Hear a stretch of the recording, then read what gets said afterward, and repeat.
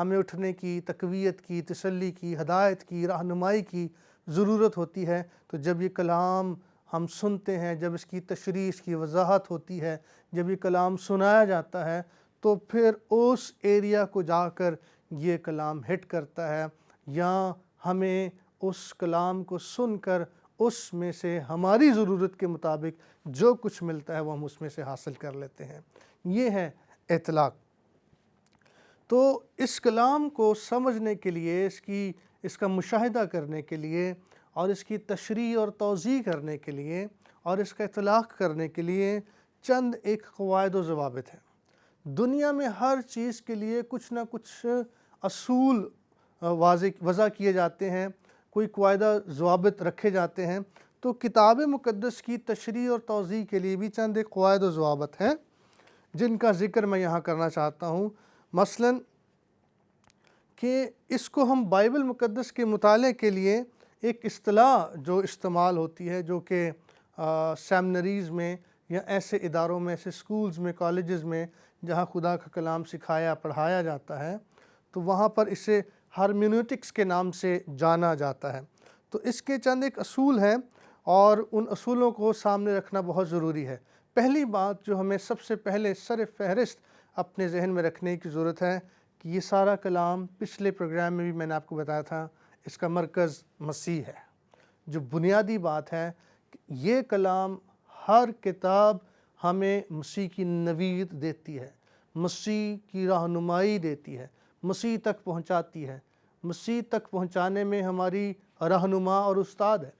تو اس کا مرکز، اس کتاب کا مرکز، اس کے اندر موجود ہر کتاب کا مرکز جو ہے وہ خداوند مسیح ہے۔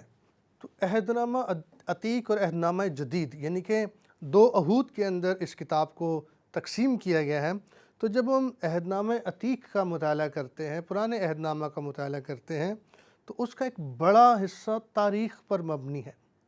یعنی اگر ہم توریت سے ہی شروع کریں، پہلی کتاب سے ہی، پیدائش کی کتاب سے، تو پیدائش کی کتاب کے اندر ہمیں تاریخ نظر آتی ہے، اور پیدائش کی کتاب سے لے کر آستر کی کتاب تک ہمیں تاریخ ملتی ہے، اس کے اندر ہمیں واقعات ملتے ہیں، اور پھر چند کتابیں بیچ میں نظم کی ہیں، اور اس کے بعد پھر انبیاء اکبر اور انبیاء اصغر، یعنی بڑے اور چھوٹے انبیاء، جس کی بابت میں نے پہلے بھی بتایا کہ یہ ان کا کوئی روحانی معیار نہیں، بلکہ ان کتابوں کا جو مواد ہے اس کی بنیاد پر انہیں اکبر یا اصغر کہا گیا۔ تو یسایہ نبی کے صحیفے سے لے کر ملاکی نبی کے صحیفے تک بھی ہمیں بنی اسرائیل کی تاریخ ملتی ہے۔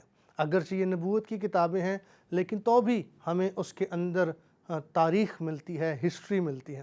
تو ہم یہاں سے یہ سیکھتے ہیں کہ ایک بڑا حصہ تاریخ پر بھی مبنی ہے۔ تو ان تاریخوں کی کتاب میں، یا تواریخ کی کتاب میں، استعاراتی زبان کا استعمال ہوا ہے۔ ان کتابوں کے اندر انتباہ بھی ہے، ان کتابوں کے اندر خبرداری بھی ہے، اور ان کتابوں کے اندر نصیحت بھی ہے۔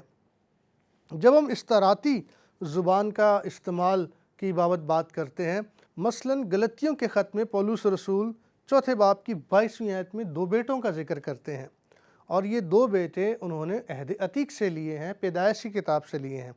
22ویں آیت میں لکھا ہے کہ ابراہیم کے 2 بیٹے تھے، ایک لونڈی سے، دوسرا آزاد سے، مگر لونڈی کا بیٹا جسمانی طور پر آزاد کا بیٹا وعدے کے سبب سے پیدا ہوا۔ ان باتوں میں تمثیل پائی جاتی ہے، اس لیے کہ یہ عورتیں گویا 2 عہد ہیں۔ تو یہ 2 بیٹے دراصل استعاراتی زبان ہے، جو کہ 2 قوموں کی بات کی گئی ہے، 2 عورتیں جنہیں 2 عہود بتایا گیا ہے۔ تو ہم دیکھتے ہیں کہ بائبل مقدس میں استعاراتی زبان کا بھی استعمال ہے۔ تو اس کو سمجھنے کے لیے ہمیں یہ سمجھنا ضروری ہے کہ یہاں پر 2 بیٹوں کا جو تذکرہ کیا گیا ہے، اس سے مراد 2 قومیں لی گئی ہیں۔ 2 عورتوں کو جو ذکر کیا گیا ہے، اس سے مراد 2 عہود لیے گئے ہیں، 2 عہد لیے گئے ہیں۔ تو یہاں استعاراتی زبان کا ہمیں ذکر ملتا ہے، اور یہ استعاراتی زبان تاریخ کے ساتھ وابستہ ہے۔ تو اگر ہم تاریخ کو بھول جائیں گے تو پھر ہم اسے سمجھ نہیں پائیں گے۔ ان دو بیٹوں کو سمجھنے کے لیے، ان دو عورتوں کو سمجھنے کے لیے ہمیں پیدائش کی کتاب میں جانا پڑے گا، ہمیں ابراہیم کی زندگی کا مطالعہ کرنا پڑے گا، ہمیں اسماعیل اور اسحاق کی کہانی کو جاننا پڑے گا، ہمیں ہاجرہ کی بابت پڑھنا پڑے گا، ہمیں سارہ کی بابت پڑھنا پڑے گا، تب ہم سمجھیں گے، کیونکہ یہ استعاراتی زبان تاریخ کے ساتھ وابستہ ہے۔ آگے جب ہم بڑھتے ہیں تو تاریخ کے ساتھ ساتھ مثالیں بھی دی گئی ہیں، اور پھر اس کے اندر تنبیہ بھی موجود ہے، اور بعض آیات ایسی ہیں جو کہ بہت مشکل ہیں اور انہیں ہمیں سمجھنا مشکل لگتا ہے، لیکن چونکہ بائبل مقدس خود اپنی تفسیر کرتی ہے تو مشکل آیات کو ہم آسان آیات کے ساتھ سمجھ سکتے ہیں۔ اس لیے جو بھی حوالہ یا آیت ہم پڑھتے ہیں تو اس کے بارے میں یہ سوچنا کہ اس کا کیا مطلب ہے، یہی ہمیں اس کے مطالعے میں مدد کرتا ہے۔ اس لیے دوسروں کو سکھانے کے لیے ایک اور نکتہ اور خاص بات کہ جب ہم کسی آیت کا، کلام کا مشاہدہ کرتے ہیں یا اس کی توضیح سنتے ہیں، اور اگر ہم اس پر عمل نہیں کرتے تو ہم کسی اور کو وہ سکھا نہیں سکتے، کسی اور کو ہم اس کی تعلیم نہیں دے سکتے، کیونکہ ہم خود اس پر عمل پیرا نہیں ہیں۔ اس اعتبار سے جیسے میں نے کہا کہ کچھ آیات بہت مشکل ہیں، تو مثال کے طور پر میں آپ کو ایک آیت، میں خود اس کا بھی مطالعہ کر رہا تھا، تو اس کے لیے پھر میں نے تفسیر کی مدد لی۔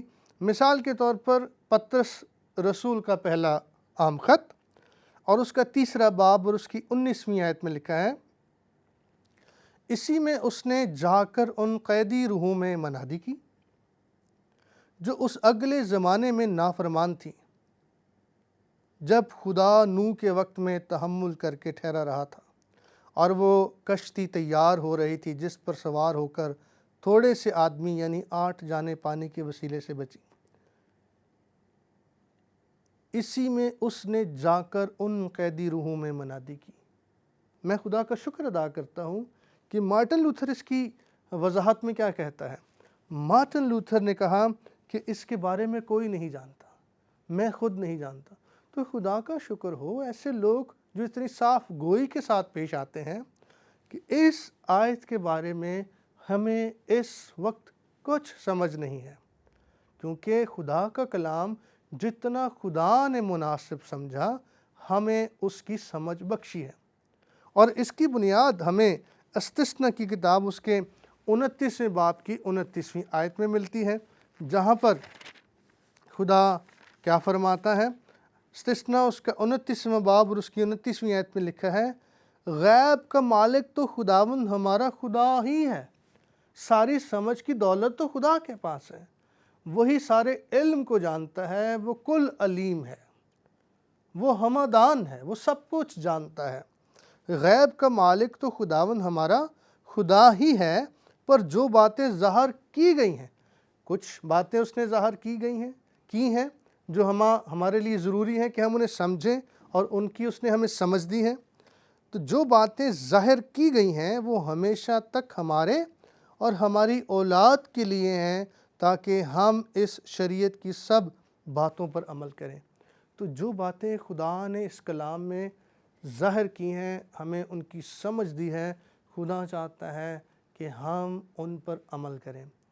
تو جتنی سمجھ خدا نے ہمیں بخش رکھی ہے، ہمیں اس کے مطابق اس پر عمل کرنے کی ضرورت ہے، اور جس بات کی ہمیں سمجھ نہیں ہے، ہم اس بات کا ایمان رکھیں کہ خدا جو سب چیزوں کا علم رکھتا ہے وہ ان چیزوں کو جانتا ہے، اور وہ اپنے وقت پر ہمیں ان چیزوں کی سمجھ دے گا۔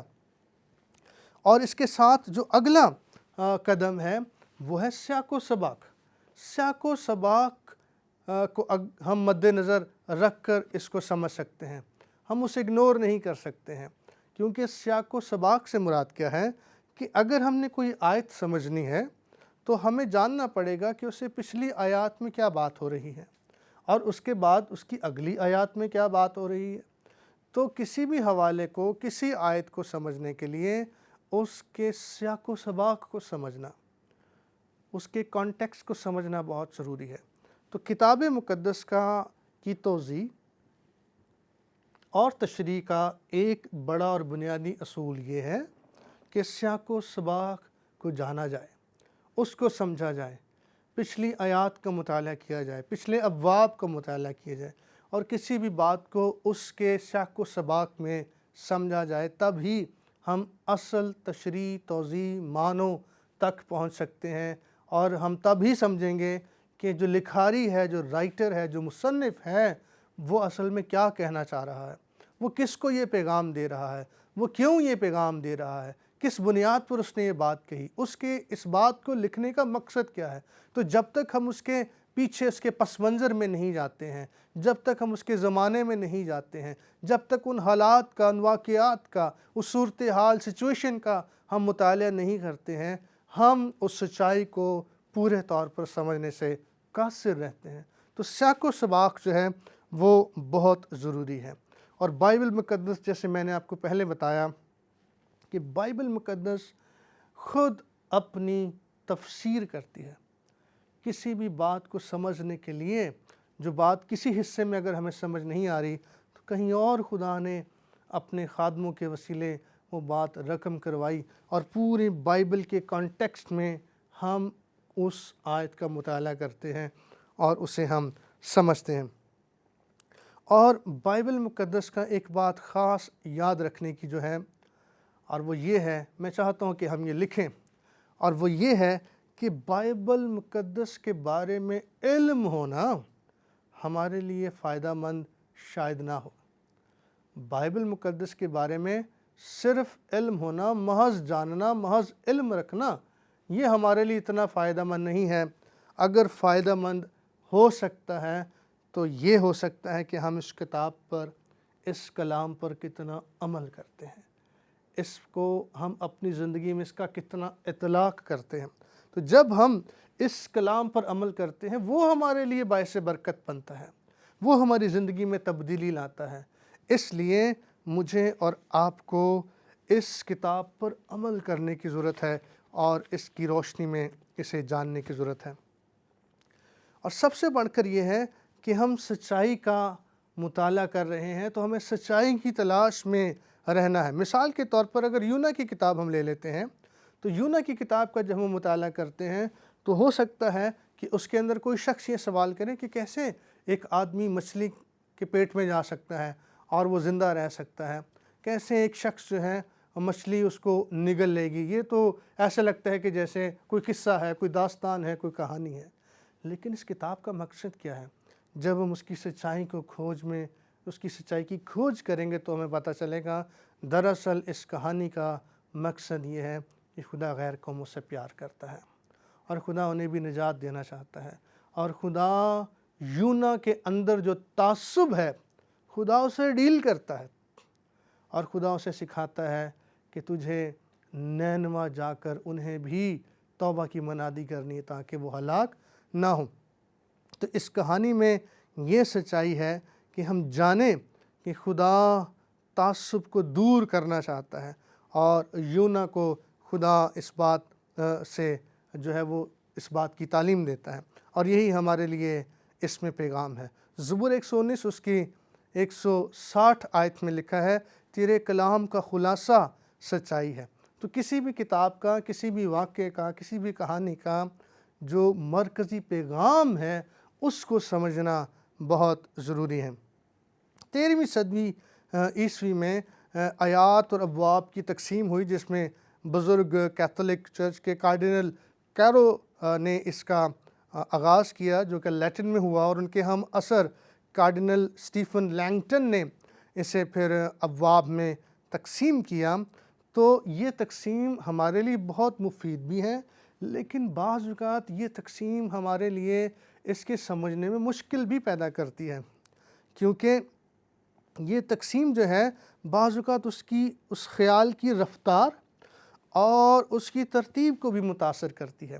تو اس اعتبار سے مجھے اور آپ کو اس کے سیاق و سباق کے ساتھ ہمیں اس کو پڑھنا اور معلوم کرنے کی ضرورت ہے، اور اس سے بڑھ کر ہمیں اس بات کی کھوج میں رہنا ہے کہ خدا اس کلام کے وسیلے مجھ سے کیا فرماتا ہے۔ جیسے سیموئیل کی پہلی کتاب کے 3 باب کی 10ویں آیت میں سیموئیل سے جب خدا ہم کلام ہوا تو سیموئیل نے تیسری بار کہا فرما تیرا بندہ سنتا ہے۔ تو جب بھی ہم خدا کے کلام کو سنیں تو سموئیل نبی کی طرح ہماری یہ کوشش ہو، ہمارے اندر یہ خواہش ہو کہ خدا فرمائے اور ہم سنیں خدا کی کیا مرضی ہے۔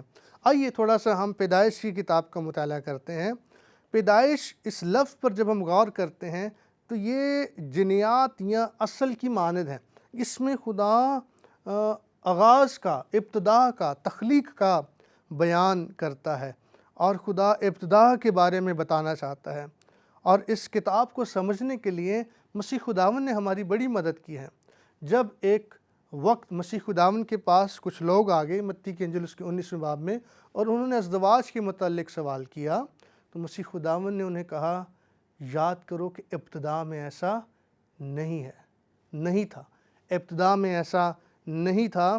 اور مسیح نے پیدائش کا حوالہ دیا کیونکہ خدا نے آدم کے لیے ایک ہی روح پیدا کی تھی اور اسے رشتہ ازدواج میں رکھا تھا۔ بائبل مقدس کے کل 1189 ابواب ہیں، 1189، اور اس میں سے اڑھائی ابواب صرف تخلیق پر بات کرتے ہیں۔ اور پھر اس کے بعد جب ہم آگے بڑھتے ہیں تو یہ جو تخلیق کا سلسلہ ہے، اس کے بعد پھر 3 باب میں بحران آ جاتا ہے، گناہ آ جاتا ہے، اور خدا چاہتا ہے کہ ہم سیکھیں کہ گناہ کی کیا سنگینی ہے، گناہ کے کیا نتائج ہیں۔ اور پھر گناہ کے نتائج جو شروع ہوتے ہیں، اس کے بعد پھر 4 باب میں انسان کی لڑائی ہے، قائن اور حابل کی لڑائی ہے۔ تو اور پھر 6 باب سے لے کر 9ویں باب تک ہلاکت کا، آفت کا، پانی کے طوفان کا سامنا ہے، اور اس میں خدا یہ سکھانا چاہتا ہے کہ ہم جانیں کہ ہلاکت کے کیا نتائج ہیں، ہلاکت کتنی سنگین ہے۔ اور پھر اس کے بعد مسیح نے بھی اس کا حوالہ دیا اور پطرس رسول نے بھی اس کا حوالہ دیا، اس طوفان سے ہم کیا سیکھتے ہیں۔ اور اس کو پطرس رسول نے اس کشتی کی مثال لے کر بتایا کہ جس طرح ان لوگوں کو نوح منادی کرتا رہا کہ کشتی میں آ جائیں اور نجات پا جائیں، تو خدا چاہتا ہے کہ ہم نجات پائیں۔ اس لیے ضروری ہے کہ ہم سیکھیں کہ پیدائش میں جن باتوں کا ذکر ہوا ہے ان کا آج ہماری زندگی کے ساتھ کیا واسطہ ہے۔ اور پھر 9ویں باب میں خدا نوح اور اس کی نسل کے ساتھ عہد باندھتا ہے، اور اس عہد میں خدا انہیں شامل کرتا ہے۔ اور پھر جب ہم 11ویں باب میں داخل ہوتے ہیں تو 11ویں باب میں زبانوں میں اختلاف خدا ڈالتا ہے۔ خدا نے دیکھا کہ یہ جو کچھ کرنے کو ہیں، اگر انہوں نے ایکا کر لیا ہے تو یہ اسے کر گزریں گے، لہٰذا خدا نے اس میں اختلاف ڈالا۔ تب سے آج ہم دیکھتے ہیں کہ 19ویں صدی میں جب خدا نے انسان کے اندر یہ چیز چھوڑ دی کہ ان کے اندر اختلاف، آج انسان ٹیکنالوجی میں اس قدر بڑھ گیا ہے اور اس کے روابط، اس کا ایک دوسرے کے ساتھ تعلق اس ٹیکنالوجی کے وسیلے سے اس قدر ہے کہ آج انسان خود ہی اپنی زمین کو برباد کرنے پر تلا ہوا ہے۔ دوسری جنگ عظیم کے دوران ہم دیکھتے ہیں کہ ایٹم بم کی ایجاد ہو جاتی ہے۔ تو آج ٹیکنالوجی کے ذریعے سے انسان رابطے میں ہے، اور یہی ٹیکنالوجی، یہی ایکا، یہی روابط انسان کے لیے، اس کے لیے نقصان کا سبب بن رہے ہیں۔ اور پھر 12ویں باب میں ہماری ملاقات ابراہیم کے ساتھ ہوتی ہے، ایک عہد ابراہیم کے ساتھ باندھا جاتا ہے، اور پھر اس کے بعد ابراہیم کے بعد اسحاق، اور پھر یعقوب، اور پھر یوسف سے ہماری ملاقات ہوتی ہے، اور یوسف پر آ کر پیدائش کی کتاب کا اختتام ہوتا ہے۔ اور جتنے واقعات ابراہیم کی زندگی کے ہیں، یعقوب کی زندگی کے ہیں، یوسف کی زندگی کے ہیں، وہ سارے واقعات میری اور آپ کی آگاہی کے لیے، انتباہ کے لیے، نصیحت کے لیے لکھے گئے ہیں، تاکہ ہم ان کا مطالعہ کریں اور ان سے اپنی روز مرہ کی زندگی میں ہم سیکھیں کہ کیسا برتاؤ جیسے یعقوب اور عیسیٰ کا آپس میں ہے، جیسے یوسف کا اپنے بھائیوں کے ساتھ ہے۔ اگرچہ اس کے بھائیوں نے اسے نفرت کی، اس سے حسد رکھا، لیکن یوسف کہتا ہے کہ تم نے تو میرے ساتھ بدی کرنے کا قصد کیا، لیکن خدا نے اس میں سے بھی میرے لیے بھلائی پیدا کی ہے۔ تو آج میرے لیے اور آپ کے لیے یہ پیغام ہے کہ ہم اس کتاب میں سے ہر واقعے سے اپنی روز مرہ کی زندگی میں خدا کی مرضی کو جانیں، جو کچھ خدا ہمیں سکھانا چاہتا ہے۔ تو میرا ایمان ہے کہ اس سارے پروگرام کے وسیلے سے آپ نے ضرور برکت پائی ہے، اور یہی سلسلہ ہمارا تعلیمی سلسلہ جاری رہے گا، اور جیسے جیسے ہم آگے بڑھیں گے تو ہم ہر کتاب میں سے اپنے لیے خدا کی مرضی کو جاننے کی کوشش کریں گے، جیسے اس کتاب سے ہم نے جانا ہے، کیونکہ خدا چاہتا ہے کہ ہم اس کی مرضی کو جانیں، اور اس کی مرضی کے مطابق ہم اس روح زمین پر اپنا جیون اور اپنی زندگی بسر کریں، اور بہتوں کے لیے ہم برکت کا باعث بنیں۔ اور اس میں یہ کتاب ہے، اس میں سے میں اور آپ اپنی زندگی کے لیے رہنمائی لیتے ہیں۔ یہ بنیاد ہے، اور اس بنیاد پر ہماری جو ہے وہ تعمیر کی جاتی ہے، اور اسی بنیاد پر ہماری زندگی کی عمارت کھڑی ہوتی ہے۔ اور اگر میں اور آپ اس کلام کا مطالعہ نہیں کرتے ہیں، اور اس کلام سے ہم اپنی زندگی کو مضبوط نہیں کرتے ہیں، تو میں اور آپ کبھی بھی خدا کی مرضی کو نہیں جان سکتے، اور ہم کبھی بھی خدا کے جلال کا اور دوسروں کے لیے برکت کا باعث نہیں بن سکتے۔ اس لیے روزمرہ کی بنیاد پر خدا کے کلام کو پڑھیے، اس کا مطالعہ کیجیے، اور جیسے جیسے ہم آپ کے ساتھ ان پروگرامز کے وسیلے سے اس کلام میں سے مختلف باتوں پر روشنی ڈالتے ہیں، اس کا حصہ بنیے، اور بہت سارے لوگوں کو ہمارے ساتھ اس میں شامل کیجیے، تاکہ بہت سے لوگ برکت پائیں اور ہم خدا کی مرضی کو جان سکیں۔ امید کرتا ہوں کہ آج کے پروگرام کے وسیلے سے آپ نے برکت پائی ہے۔ اس وقت میں آپ سے اجازت چاہتا ہوں۔ خدا حافظ۔ جو لوگ خدا کو نہیں مانتے وہ اکثر یہ ہنستے ہوئے کہتے ہیں کہ کوئی یہ کیسے کہہ سکتا ہے کہ یہ کتاب موجودہ وقت کے ساتھ کسی بھی قسم کا کوئی تعلق رکھتی ہے۔ میری یہ ذاتی رائے ممکن ہے کہ انہوں نے کبھی پیدائش کی کتاب کا مطالعہ ہی نہیں کیا۔ میرا یہ یقین ہے کہ آپ اس مطالعہ سے ضرور برکت پائیں گے۔ ابھی مجھے اور بھائی آصف کو اجازت دیجیے، پھر آپ سے ملاقات ہوگی، تب تک کے لیے خدا حافظ۔ آج کے سبق کا سوال نمبر 1، پیدائش کی کتاب کے پہلے 3 ابواب کس چیز پر بحث کرتے ہیں؟ تفصیل کے ساتھ بیان کریں۔ سوال نمبر 2، اطلاق اور تشریح میں کیا فرق ہے؟ مثال دے کر تفصیل سے بیان کریں۔ سوال نمبر 3، گلتیوں کے نام خط میں حضرت پولس رسول نے کیا استعارہ استعمال کیا؟ آیت کی روشنی میں پروگرام کو دوبارہ دیکھ کر بیان کریں۔ سوال نمبر 4، اگر کسی آیت کا مطلب آپ کو سمجھ نہ آئے تو آپ کو کیا کرنا چاہیے؟ پروگرام کو دوبارہ دیکھیے اور تفصیل کے ساتھ جواب دیجیے۔ سوال نمبر 5، خدا نے تمام انسانوں کو اکٹھا ہونے سے پہلے منع کیوں کیا اور پھر بعد میں اجازت کیوں دی؟ بائبل مقدس کے پہلے 11 ابواب پڑھ کر تفصیل سے جواب لکھیے۔